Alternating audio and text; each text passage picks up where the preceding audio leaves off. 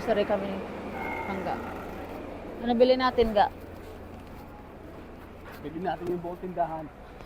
Ang yaman mo, ah. Bibili kami ng isda kasi Good Friday ngayon. Yan ang grocery dito sa Asian store.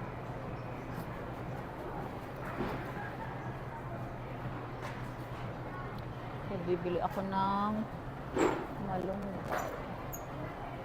Ang malunggay nila dito. Yan ang mga may kangkong sila. Kangkong ba yan? Kangkong to eh. Oh, kangkong. Ito ang paborito ko, yung talbos ng kamote. Yan. Ito ang talbos.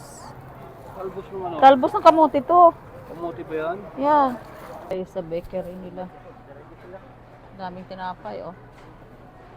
Yan, may mga Filipino din na bread.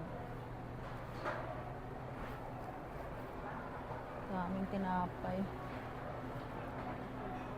Sarap ng tinapay na yan, oh.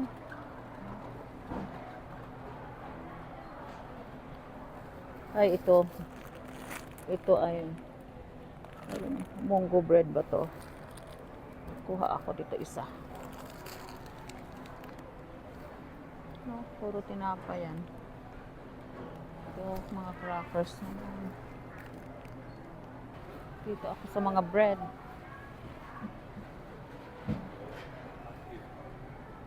Ready ko sa mga fruits, so. Ayan, o. Ayan ang friend. Ayan si Nilo. Ara si Nilong. Ilonggo niyo. Una. Hi sila, Nil.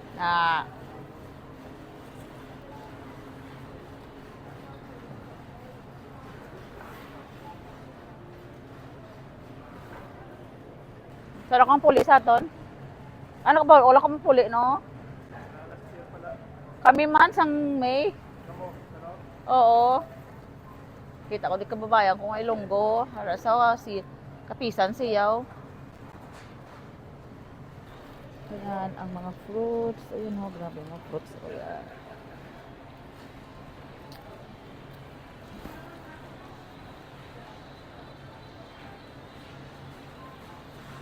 Siya.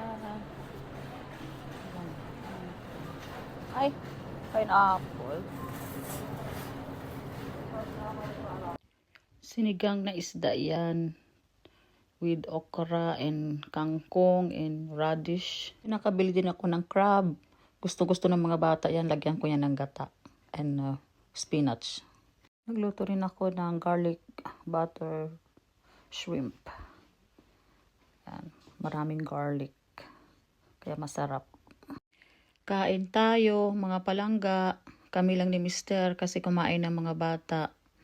Mayroon akong niluto na garlic butter shrimp and then vegetable, very healthy yan, and cantaloupe, yung fruits, at saka mayroon kaming sinigang na isda.